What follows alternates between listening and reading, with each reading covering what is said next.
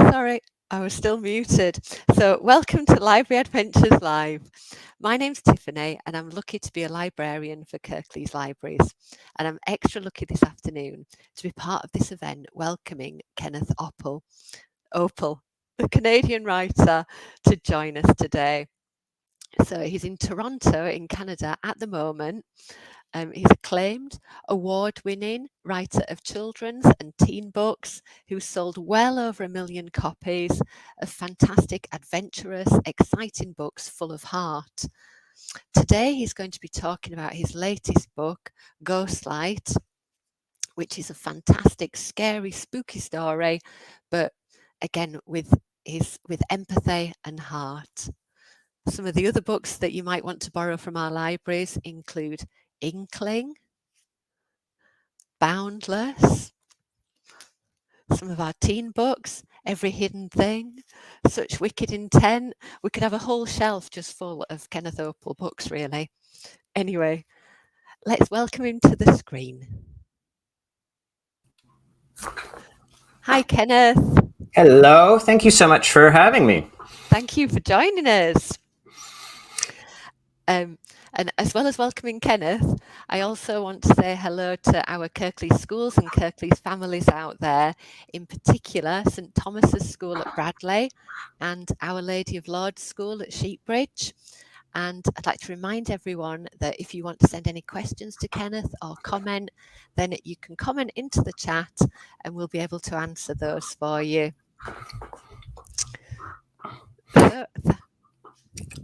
I just go now. I'll go. I'm going to start talking. Well, again, good morning for me. Good afternoon for you guys. I am, of course, in Toronto. You see me here in my study, my office, where I do most of my writing. And the book I'm going to be talking about is set very much in Toronto, the place I've lived more than any other place in the world. I was born on the west coast of Canada, on Vancouver Island.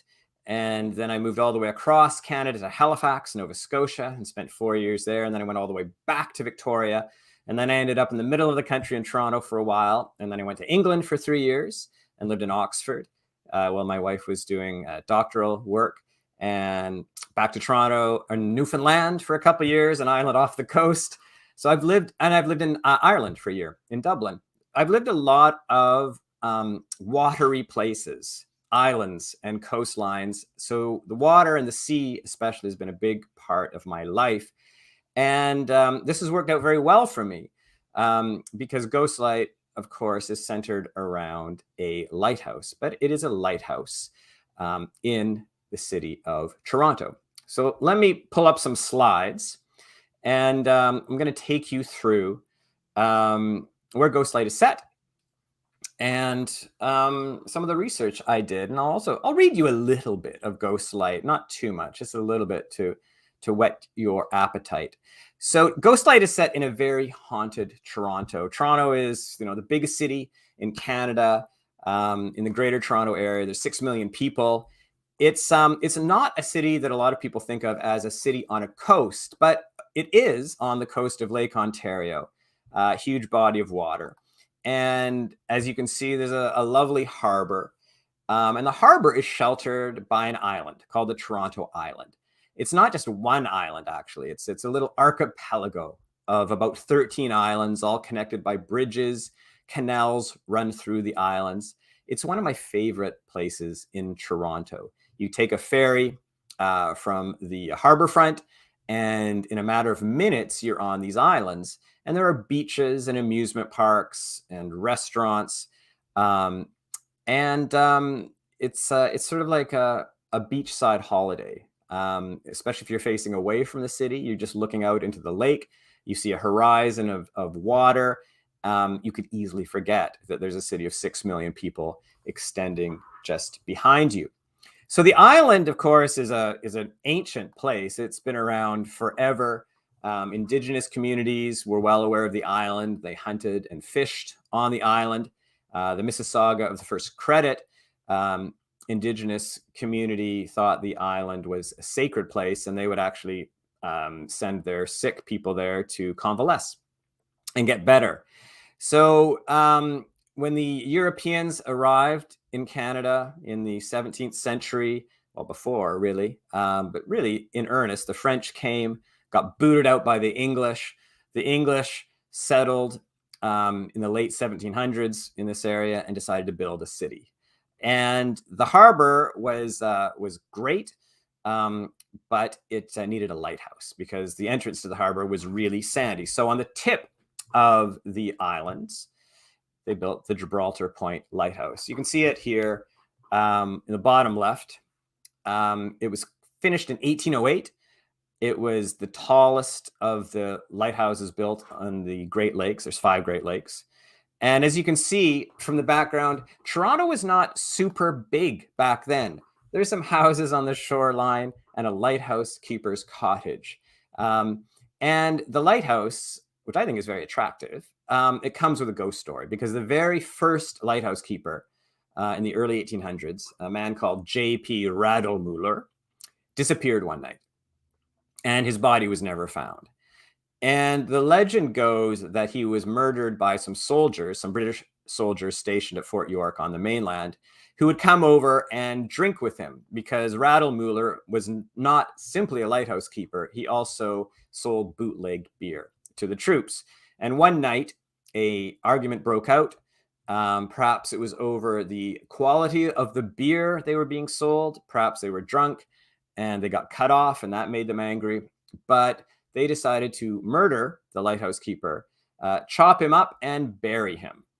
And the body was never found. But years later, future lighthouse keepers claimed they saw a limbless man sort of forlornly making his way, floating around the base of the lighthouse, perhaps looking for his missing limbs. And some years later, one of the lighthouse keepers actually found a bit of a buried skull not far from the lighthouse. So this is a pretty good ghost story. And what I want you to do now is forget all about it. Because when I decided to write Ghostlight, I wanted to invent a new ghost story for the Gibraltar Point Lighthouse. So what I want you to do right now is imagine it's almost 200 years ago, and a 16-year-old girl called Rebecca Strand is woken up in the middle of the night by her father, who's the lighthouse keeper at the Gibraltar Point Lighthouse. And he says, "Get up. I need your help." They go out, they leave their house, they cross to the lighthouse, they climb up the spiral stairs inside the lighthouse, up and up into the lamp room, which of course is the room at the very summit of the lighthouse where the incredible beacon is located. This turning lantern or lamp that revolves and sends its beam of light piercing through the night sky and warning boats of the harbor and also leading them back to shore. So Rebecca's father gives her a spyglass and asks her to go out on the catwalk that encircles the lamp room. And he focuses her attention on a certain portion of the lake. And this is what happens as Rebecca is watching through the spyglass. "Do you see?" her father asked. All Rebecca beheld was silvered water glinting in the moonlight. Then the lighthouse beam picked out something bobbing on the surface. At first, Rebecca thought it was a piece of timber washed out from the mill. Her stomach clenched. "It's a body." The lighthouse beam passed, and she saw only dark water now. "Where did it go?" She shifted the spyglass to and fro with no luck. "Wait for the beam to return," said her father. When it swept past once more, the body reappeared. It was face down in the water, a sodden blouse, long weed-matted hair. An arm weakly churned the water. "She's alive!" Rebecca cried, looking away from the spyglass. Her father had already rushed back inside the lamp room. She hurried after him. "Papa, we need to get to the boat." She didn't understand why he wasn't sounding the alarm or bolting to the beach. The poor woman had obviously been washed overboard, or her ship had foundered. "Papa?" From around her father's neck, he slipped off the tarnished lighthouse pendant he always wore. He inserted it like a key into the sturdy iron column that supported the lamp. Rebecca heard the sound of metal pieces clinking into place. Suddenly, the lamp stopped revolving. From the sides of the column, 2 iron handles shot out with a clang. Gripping them, Papa swiveled the beacon, directing the beam as he wished. I never knew you could do that, Rebecca exclaimed. Go outside, find her, her father instructed.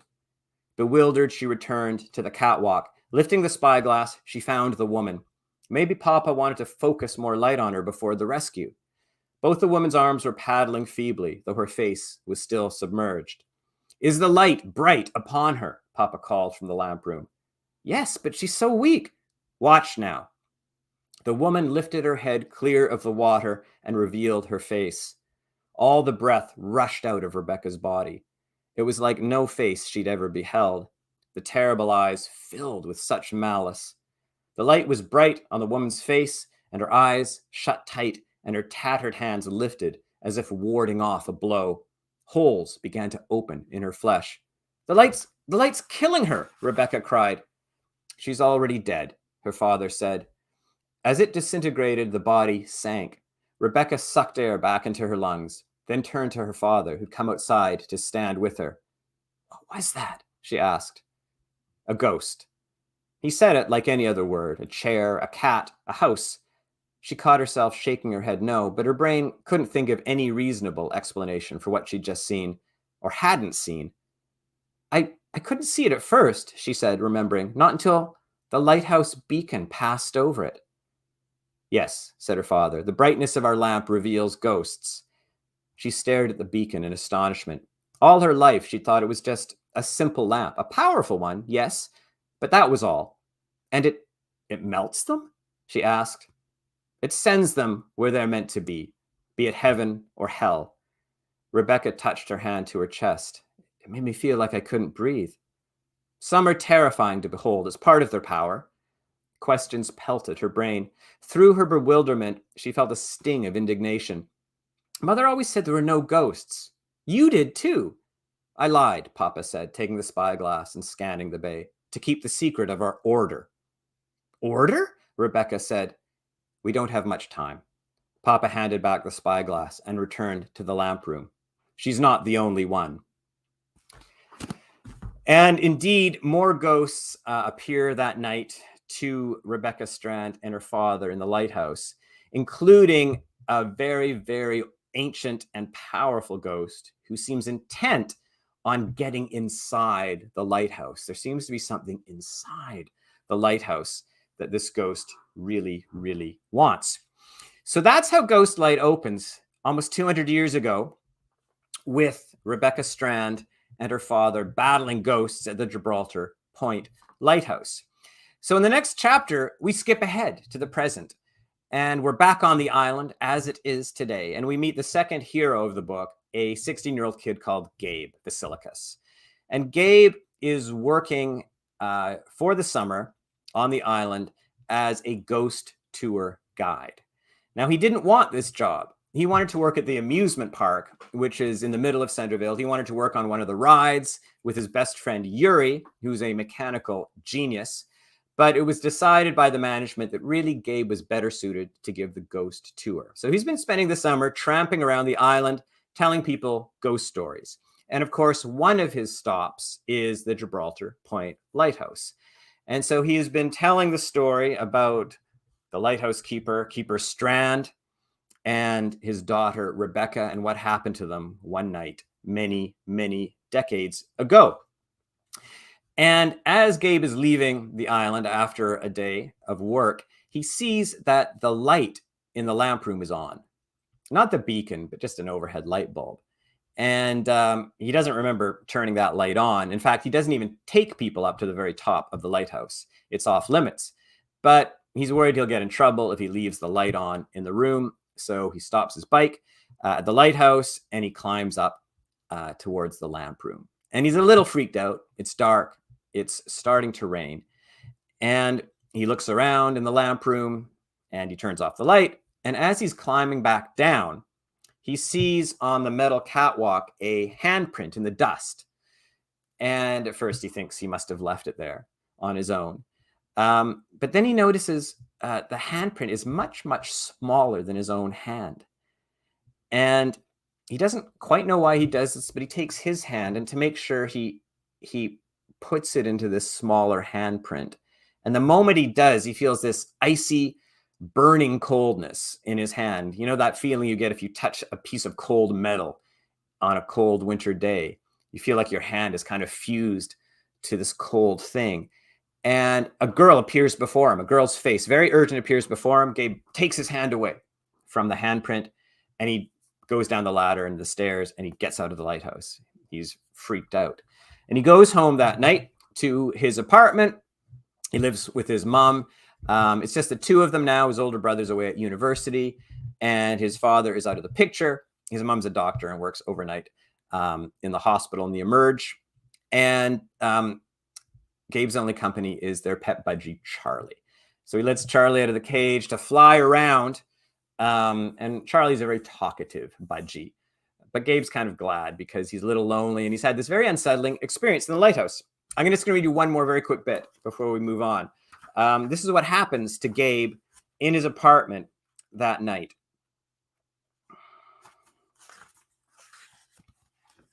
Charlie's been flapping around, and it's time for Charlie to go to bed. And in fact, Charlie asks to return to the cage. Back to the cage, Charlie Sweetbird. Okay, Charlie, bedtime for you, sir, said Gabe.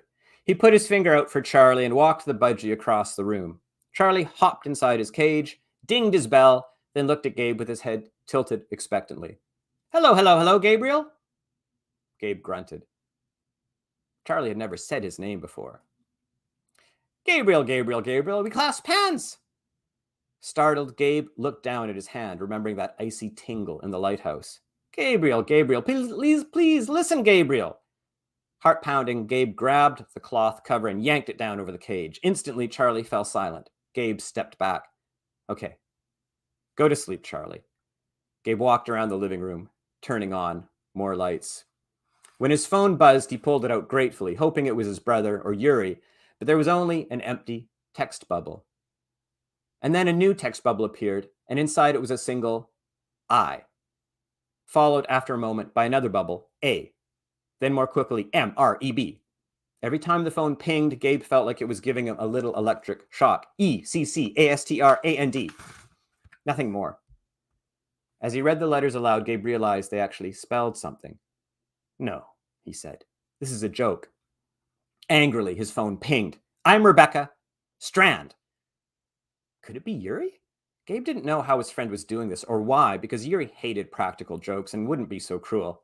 Please, listen to me, came more texts. You are not Rebecca Strand, Gabe shouted at his phone. Speak with me, I beg you. Gabe threw his phone to the floor. It kept buzzing, but luckily it had landed face down, so he couldn't see the text bubbles stacking up. After a moment, it fell silent, which was somehow creepier. He jumped up. He'd take a walk around the block. He wanted to get out of here. Halfway to the door, his right hand felt icy cold, and when he glanced down, he saw another hand holding his, a smaller hand. His eyes traveled up a lacy cotton sleeve to a shoulder covered in a woolen shawl. He swallowed and lifted his eyes higher still. Before him stood a girl with dark hair and large, greeny gray eyes. The same urgent face he'd seen in the lighthouse. This time, she spoke. Are you able to see and hear me? Gabe yanked his hand free, and she evaporated. He bolted for the front door, but again, an icy chill clamped his fingers, and the girl reappeared, blocking his way. So you can see me, yes? She said. Gabe bellowed. Please don't be alarmed, she cried. I'm alarmed, he yelled. I'm sorry. That's why I tried the bird first. But that was terrifying, said Gabe. And then the machine, she said, pointing to his phone on the floor. I learned to use it by watching you, but you refused to answer, so I had to clasp with you. Clasp. Gabe looked at the hand gripping his and realized he couldn't feel its pressure at all. All he felt was the cold. Desperately, the girl said, Please don't pull free again. Which was exactly what Gabe meant to do, but her look was so beseeching that he faltered. I think this is the only way for you to see and hear me, she said. You're really Rebecca Strand? Gabe asked. I am indeed. She looked as real as anything in the room.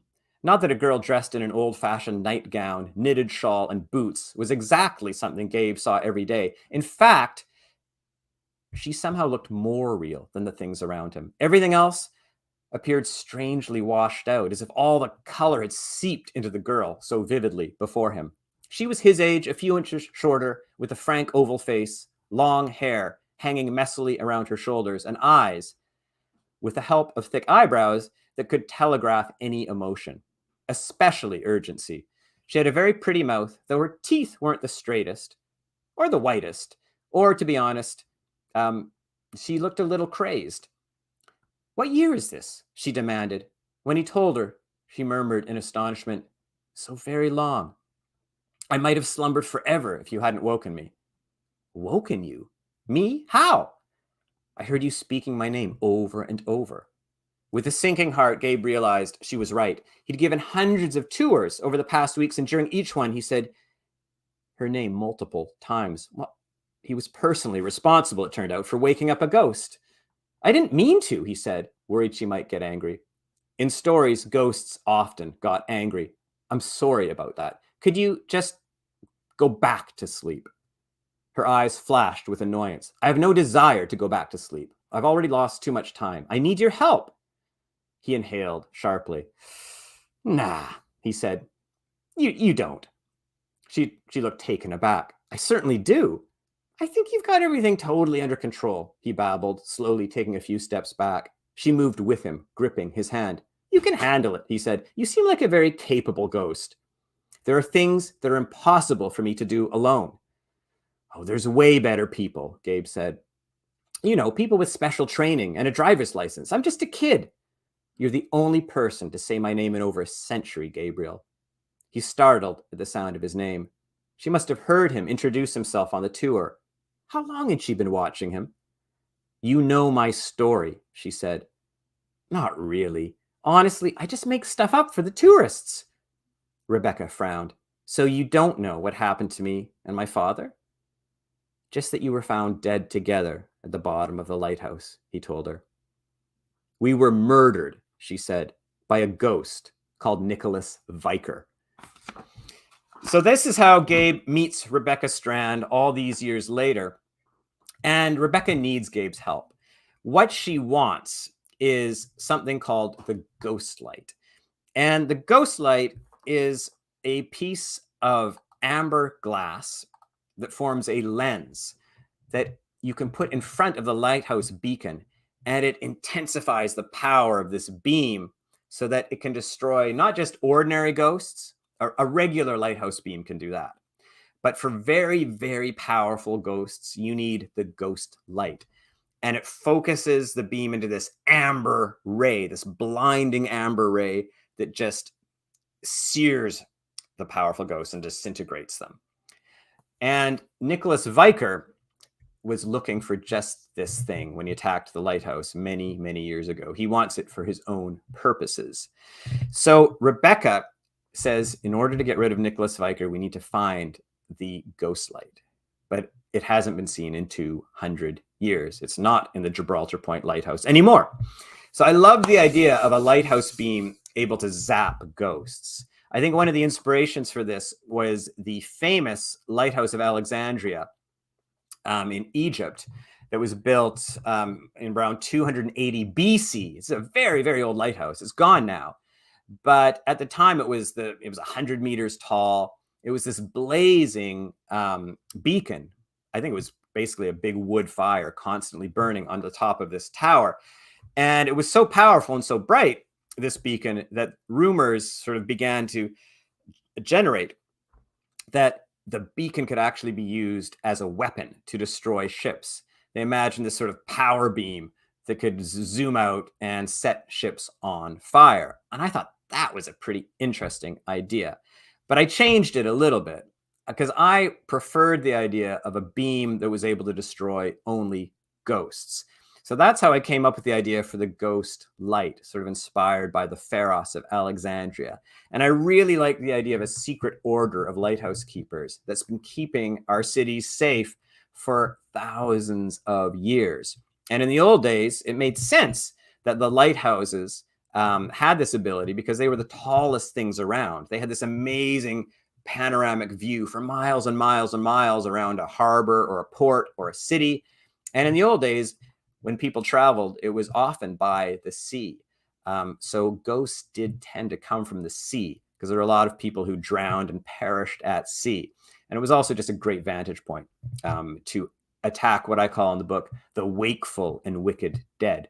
There's lots of ghosts out there in my book. Most are perfectly nice ghosts. They are benign, they're benevolent, they're lonely, maybe, they like to chat, but they are not evil. There's only a handful who are bent on mischief and worse. So those get the term the wakeful and the wicked dead. So the book, Ghostlight, is really, it's a treasure hunt. Gabe and Rebecca and Gabe's living friends, Yuri and Callie, who is a ghost blogger who really wants to break a story about ghosts and the Gibraltar Point Lighthouse. They team up to try and find the Ghostlight. And it takes them this treasure hunt all around Toronto.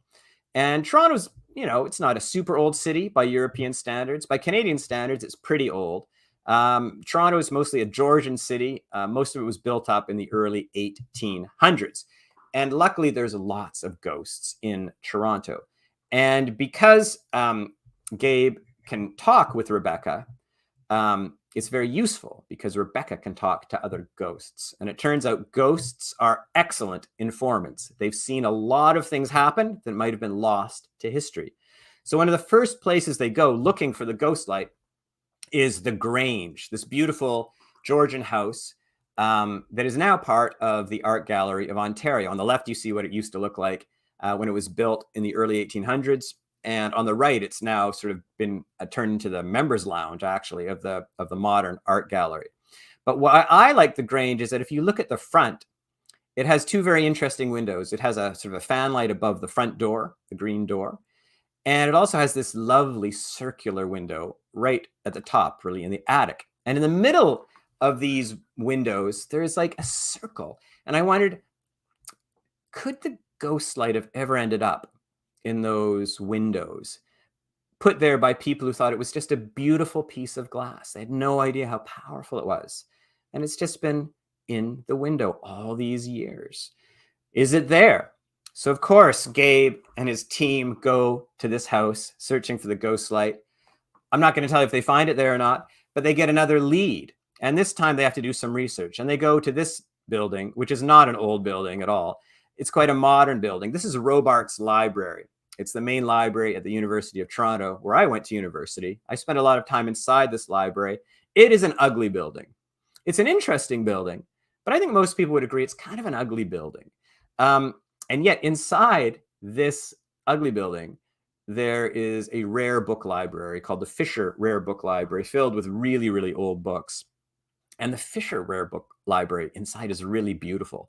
It's like this soaring tower with bookshelves towering up over you on all sides. It's this incredible atrium, and the lighting is quite dramatic. And my heroes have to go to do some research in this library. The other reason I like the Fisher Rare Book Library is I think it looks exactly like the inside of the Death Star. Let me show you.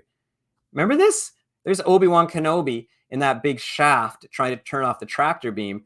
All those lights, they look like books. I mean, look, look there. There's the Fisher Rare Book Library, Death Star shaft. Fisher Rare Book Library, Death Star shaft. They're exactly the same. I also wondered, in a library, you don't really think, it might not be a terribly old building, but a lot of libraries have those collapsing shelves, to save space. So the shelves part and you can walk down the middle. And I just thought, like, has no one ever really been squished in between those shelves? Imagine if a ghost could like switch the shelves on and off and sort of like smush someone inside. I thought that was a pretty fun idea. My characters also go to the Toronto necropolis. It's one of the oldest cemeteries in the city. I love the idea of a city of the dead. Necropolis is just Greek meaning city of the dead. And there's some very useful ghosts hanging around the necropolis. And in fact, they're wondering if the Ghostlight has ended up inside a crypt, like one of these little stone buildings where people get buried. So that is one of the stops on the Ghostlight treasure hunt. Campbell House is an important scene in my book because there is a seance being held at Campbell House. And they think the spiritualist leading the seance may be using the Ghostlight to lead the seance and actually tell people things about the ghosts in their world. So there's a seance in Ghostlight, and a very nasty guest appears at the seance. And then they go back to the island. And as I said, the island, I think, is a pretty magical place. It's just got so many areas that are interesting. It's got marinas, it's got an amusement park, it's got an airport. And on my island, there are haunted bumper cars that Gabe and Rebecca and his friends have to contend with. And there is a filtration plant on the island. This is me in front of the gates. And if you see this sign on the gate, what does it say? No admittance except on business, which is what all signs say in front of buildings where there is something suspicious going on. Maybe evil government military experiments, maybe a lab filled with mutant children. Who knows what's going on there? But let's say it's just a filtration plant, a place where they filter water and they pump it back to Toronto for drinking water. What I didn't know until I researched this book is that there's actually an under harbor tunnel, a tunnel that goes under the harbor between the island and the city. And it was dug about 100 years ago by the workers to supply clean water. So there's this secret way on and off the island that I never knew about. And it turns out that when these workers were digging the tunnel under the harbor, they discovered all these ancient footprints in the clay.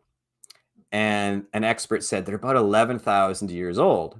And they think they were a family or a group of travelers heading towards Toronto. So I liked the idea of these ancient sort of prehistoric footprints underneath the Toronto harbor. And I thought, there's got to be some interesting ghosts down there. So of course there's a scene in the filtration tunnels underneath the lake.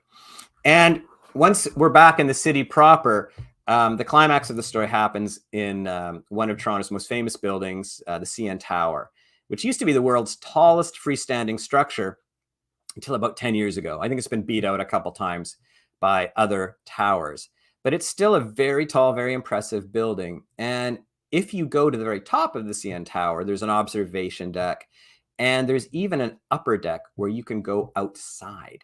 You have to strap yourself to a safety harness. You go out onto this little catwalk. You can see here on the left, there are no railings. There is no guardrail. There's just this little metal catwalk about 3 feet wide.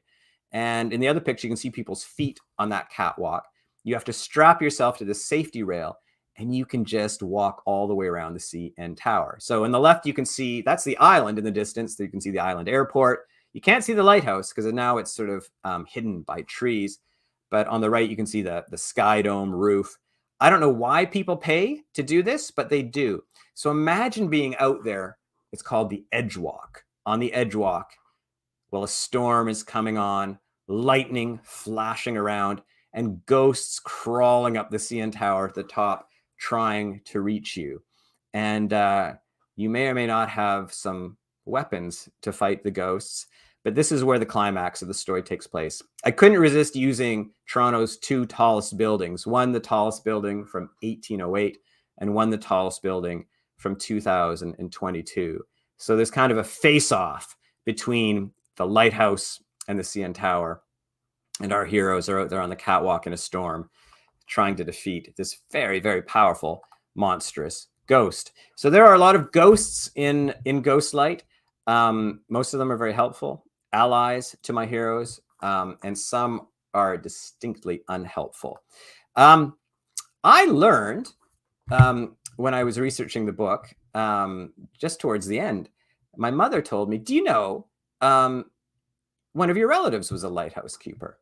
I had never known this. One side of my family, my mother's side, on her dad's side, came over to Canada 250 years ago.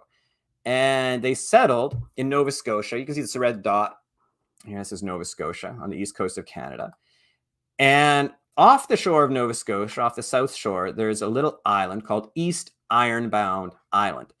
And my relatives settled on this island, and they fished from this island. There it is, East Ironbound Island. And it's a pretty little island. It's rocky. It doesn't have a ton of buildings on it, but my ancestors sort of built houses. They built a schoolhouse. There was a church. There was a dock. They caught fish, brought them back, salted them, gutted them, and sold them. And that was their livelihood. What I didn't know is that there is also a lighthouse on the island. That's what it looks like today. It's called the East Ironbound Lighthouse. Now, you can see it's held up by cables because the very first lighthouse that was built was struck by lightning and burned down, which seems very suspicious to me. I'm not suggesting there was a supernatural explanation, but it's tempting. And the second lighthouse they built was not stable. The winds are very strong on the island, so they needed to attach cables to it so the tower didn't blow over. So my great-great-grandfather, a man called Uriah Young, was the very first lighthouse keeper. Or actually, was he the second? He may have been the second. He was the lighthouse keeper from like 1889 to 1910 or something. There he is in the doorway with his wife. He's all in black. He's got a black hat. He looks kind of scary. He looks like if we could zoom in on this photo, he'd be staring right at you, like in one of those images from a horror movie. I'm not saying he was a horrible person. I never met him. He has a formidable name, though, Uriah Young. So that's Uriah Young, my great-great-grandfather, in front of his lighthouse. That's me in front of my lighthouse, the Gibraltar Point Lighthouse. I mean, I'm not a lighthouse keeper, but I grew very fond of the Gibraltar Point Lighthouse, which is why I wrote Ghostlight. So now you know a little bit about the story and what it entails. I get asked a lot, how I come up with my ideas. And I think a lot of people imagine that ideas are hard to come by. But I actually think ideas are one of the most common things we experience as humans. You guys probably have hundreds of ideas every day without even knowing it. You might just label them questions or weird thoughts. But one of the fun things I get to do as a writer is whenever I get a weird thought or an interesting question, I write it down as quickly as possible in one of these old-fashioned devices, an ideas notebook. A, because if I don't, I will forget. And B, because if it's an interesting idea, I'll get other ideas. It's like throwing a rock into the pond and you get a nice big kerplop. That's your first question or idea. But then the ripples that radiate out, those are all your other thoughts and questions that make your idea grow into, if you're lucky, a story. So the great thing about an ideas notebook as well is, it's your place to brainstorm. And I like to often put things in bubbles with arrows. You get nice 2 pages to sort of spread out, which you can't do on your phone or computer. I like being able to write and connect things and insert things on this nice big surface. So over the course of my career, I've written many books that started with what if questions. I wrote a series called the Silverwing series, which is about a young bat who gets lost on his first migration south to a place called Hibernaculum. And really, it started that story with a question that popped into my head as I was researching bats. And the question was, what would happen if I got lost as a young bat? How would I catch up with my colony? What kind of obstacles would I have to overcome? That became Silverwing. I wrote another series of books that began with a story called Airborne.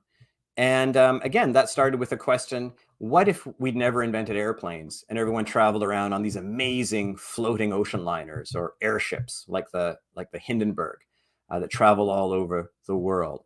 And then I had another question, which is, well, what if there were a whole new ecosystem in the sky, strange winged creatures that we've never seen from the ground? But it wasn't until we started spending a lot of time in the air that we discovered things like cloud cats and aerozoans. And so again, it started as a single question. What if airplanes had never been invented? I wrote another book called The Boundless because I loved trains. So this was an instance of a story being born from a setting.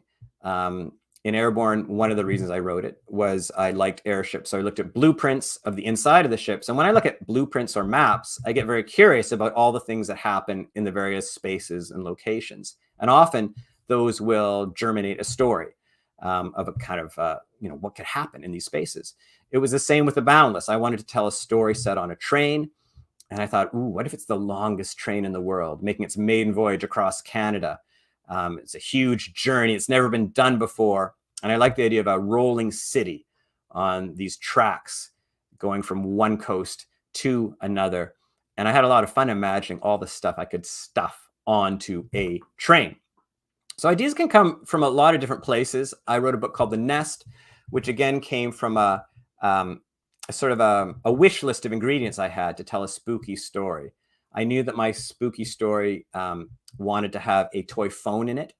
The phone wasn't attached to anything. It was a plastic phone that a child could use and play with and perhaps have conversations on to somebody who may or may not have been there. So I knew I wanted a toy phone. I wanted a man who sharpened knives, a knife sharpening van that went around the neighborhoods offering to sharpen people's knives. And I wanted a wasp's nest that was growing a human baby. And when I combined those things, they turned into a story called The Nest.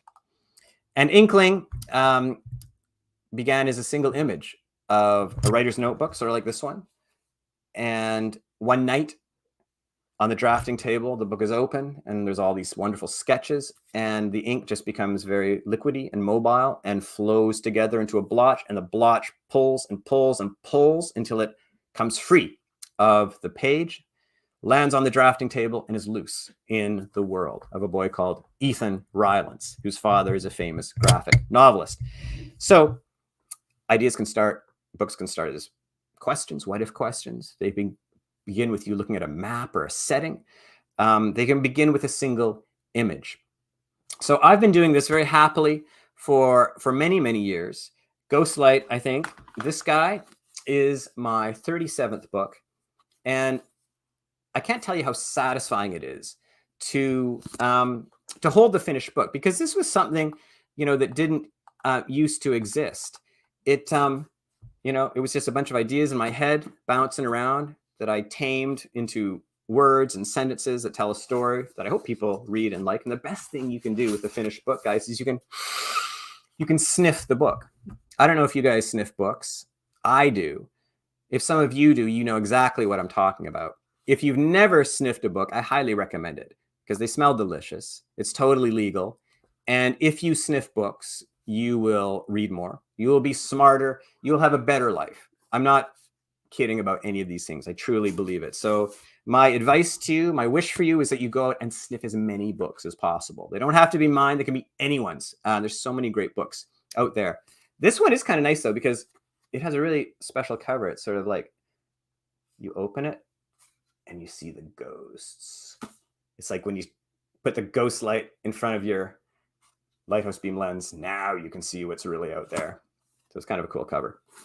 Anyway, I've talked enough. And I know that you guys may have come with questions of your own. And our wonderful moderators are going to help us out. And I will try and answer all your questions. Oh, thank you so much, Kenneth. That was absolutely brilliant. I think you've answered a lot of our questions in your presentation. I really, really enjoyed seeing the pictures of Toronto. I went to Toronto when I was 14, and reading the book just like brought some memories back, and it's made me want to go again as well. And I loved it that you read out the bit with Charlie the Budgie. That was one of my favourite parts of the book. Oh, it's very creepy. Yeah. When Rebecca was speaking through Charlie. Through the bird, yeah. Yeah, really scary, but really funny at the same time. That's what I was hoping. Scary and funny. Yeah. And talking about book sniffing, our teen group at Huddersfield Library call themselves the Bibliosmiacs, the book sniffers. Yeah. Oh, is that right? Yeah. Oh, I love it. And they have a question that they always ask any authors. Yeah.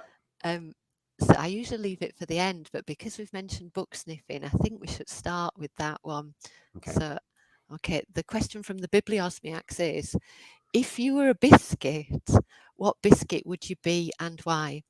As well as enjoying sniffing books, yes, biscuits are very important to this group.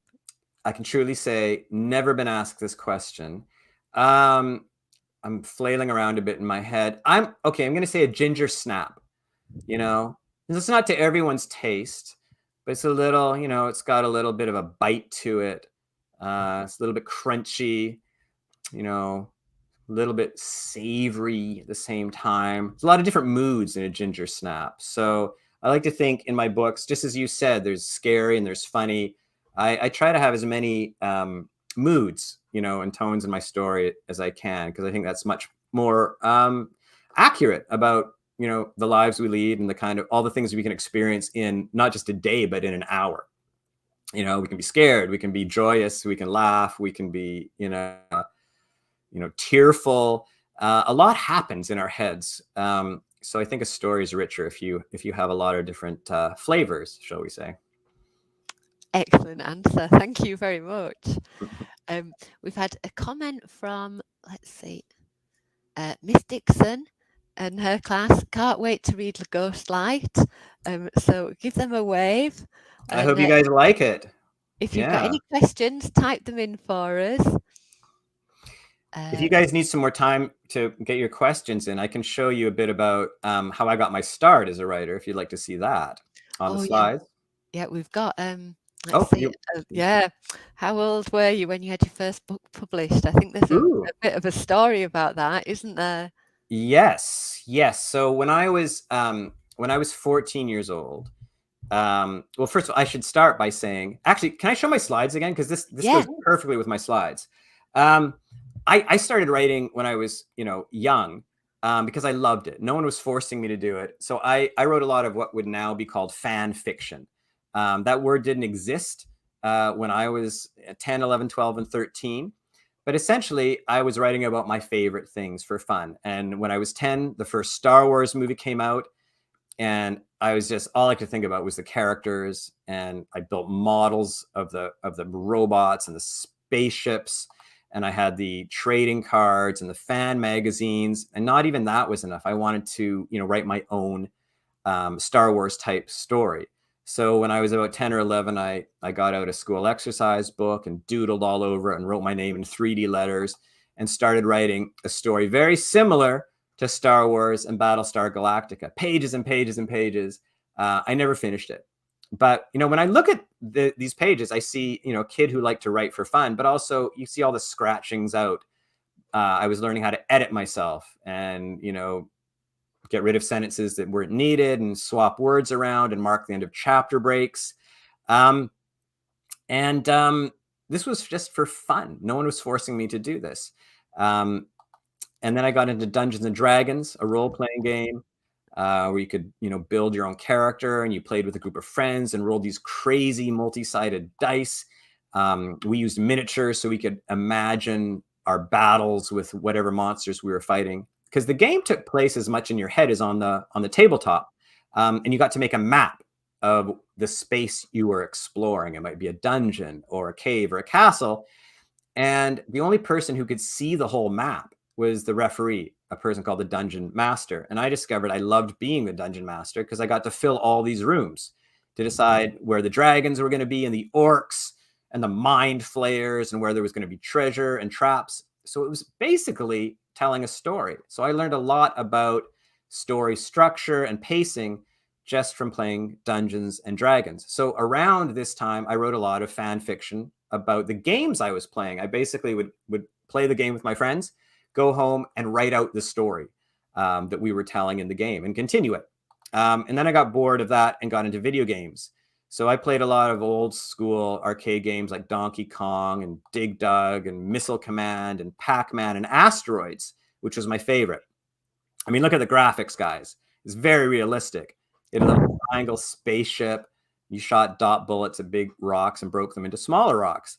So I got very good at this game and decided, I couldn't play the game forever, but I could write a story about a kid like me addicted to a game like Asteroids. So in the summer holidays when I was 14, I wrote a 50-page story called Colin's Fantastic Video Adventure about a kid who discovers there's another world on the other side of the screen, and there's actually two little space pilots in there, and they jump out and they want to get, they want a holiday basically from getting destroyed by asteroids.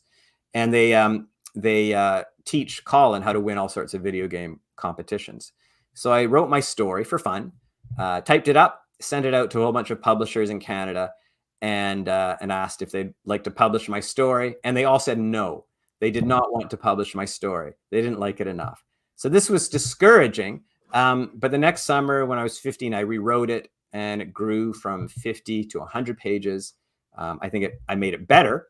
And I had a huge lucky break as an aspiring writer, because my dad was working with someone who knew a very, very, very, very famous writer who lived in your country, a man called Roald Dahl. And he was kind enough to read my story, and he showed it to his publisher, and they liked it enough to offer to turn it into a book. So that's how my very first book got published, just as I was leaving high school. That was 1985. I had just turned 18 years old. So I was on my way to university.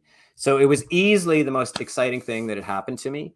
I think the best thing about it is it gave me the confidence to think, well, I've written one book, maybe I can write a second and a third, and make writing my career. Because that's really the thing I wanted most to do from the age of 13.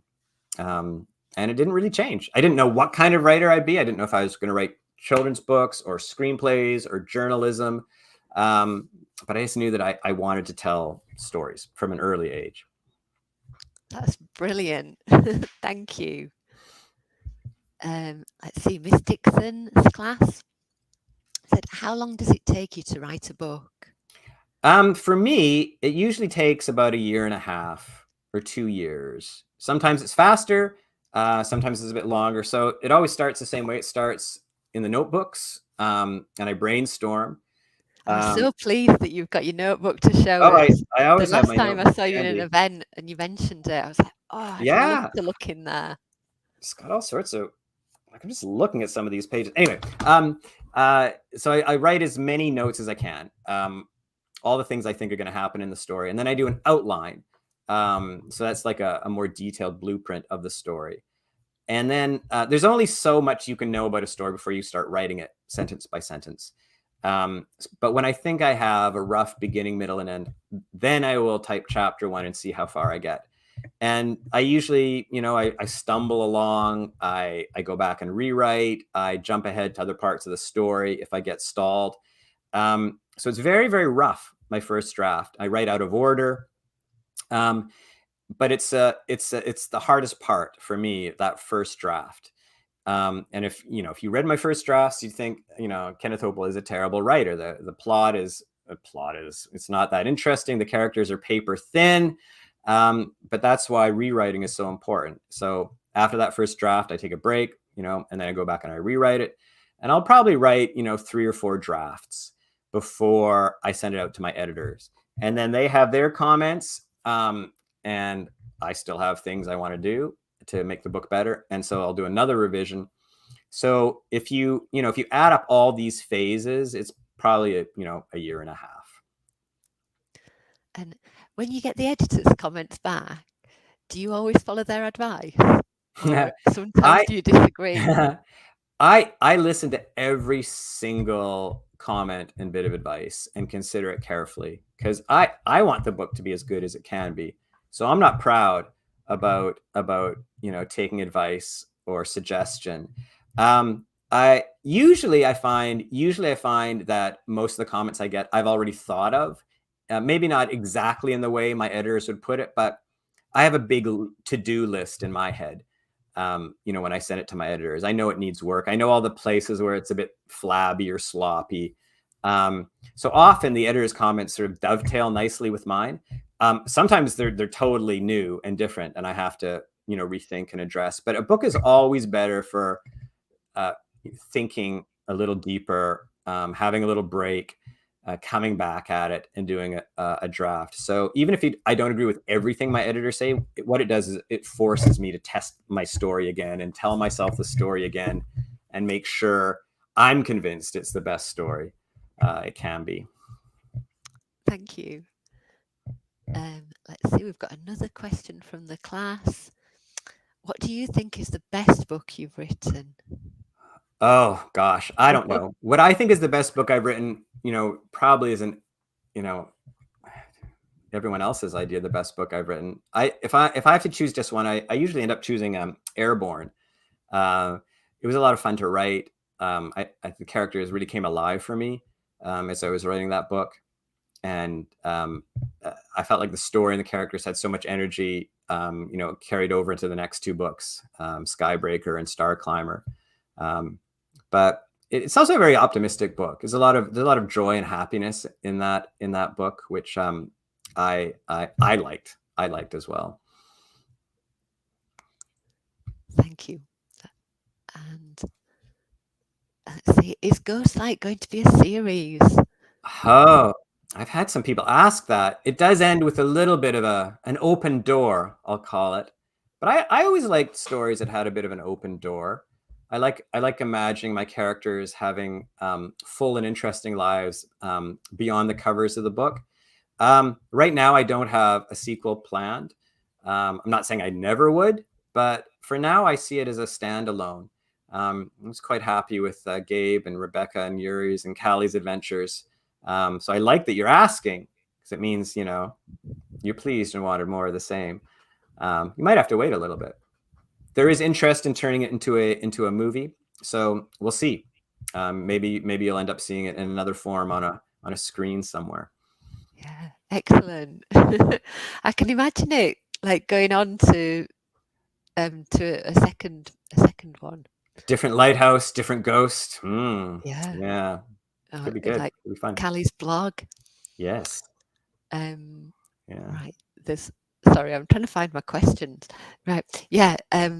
You must have done lots of research for the historical characters in the book and the stories. And it was lovely seeing the pictures of the library. So it sounds like you spent a lot of time doing your research in the library, maybe. And I wanted to ask, have you ever worked in a library before? Oh, no. I wanted to. I think I always applied to my local libraries in the summer for summer jobs. I would have been very happy, like restocking shelves, just being around books. I would have thought that was an amazing, amazing job. I'm always kind of envious when I'm there with my daughter and we see all these, people restocking books. It's just, I can't think of too many nicer settings and things to spend a lot of time with than books. But no, I've never worked in a library. I go to libraries sometimes to do research. And I also travel sometimes. I go to museums, like train museums or chimp sanctuaries, or where else have I been? Oh, I went on a dig, an archaeological or a fossil dig for dinosaurs at Dinosaur Provincial Park here in Canada when I was writing Every Hidden Thing, which is about teen fossil hunters. So that kind of research is invaluable. And now there's many ways to do research from your home, using databases and the internet and so on. But research is always a gift for me because I just learn so many new things and get ideas that I never would have had if I hadn't done that research. Well, if you ever do fancy working in a library, you're very welcome in any of ours. Oh, good. Careful what you offer. I might show up and there's nothing for him to do. What's he gonna do? Oh, there'll be plenty for you to do. Leave. Don't worry. Okay, all right. I might take you up on that. Well, it just seems to have gone so fast, but we're nearing the end of our hour. So I'd just like to thank you really from myself and the library's team and all the pupils and the families and everyone out there. Thank you for writing your books and thank you for coming along and speaking to us as well. It was my pleasure. Thank you very much for tuning in, everyone. I hope you enjoy Ghostlight. And as I said, please do keep reading. It's really one of the single best things you can do with your life. Definitely. And I just need to say to everyone about checking our website where you can find all our previous Library Adventure live broadcasts, and you can see information about future ones that we're adding all the time. We have got Jenny Pearson confirmed for December. She'll be talking about her book Operation Nativity, so you'll be able to find out more about that on the website, and possibly we might have some more authors coming and visiting us before that December one. And any questions or comments, you can get in touch with us at our email address. Oh.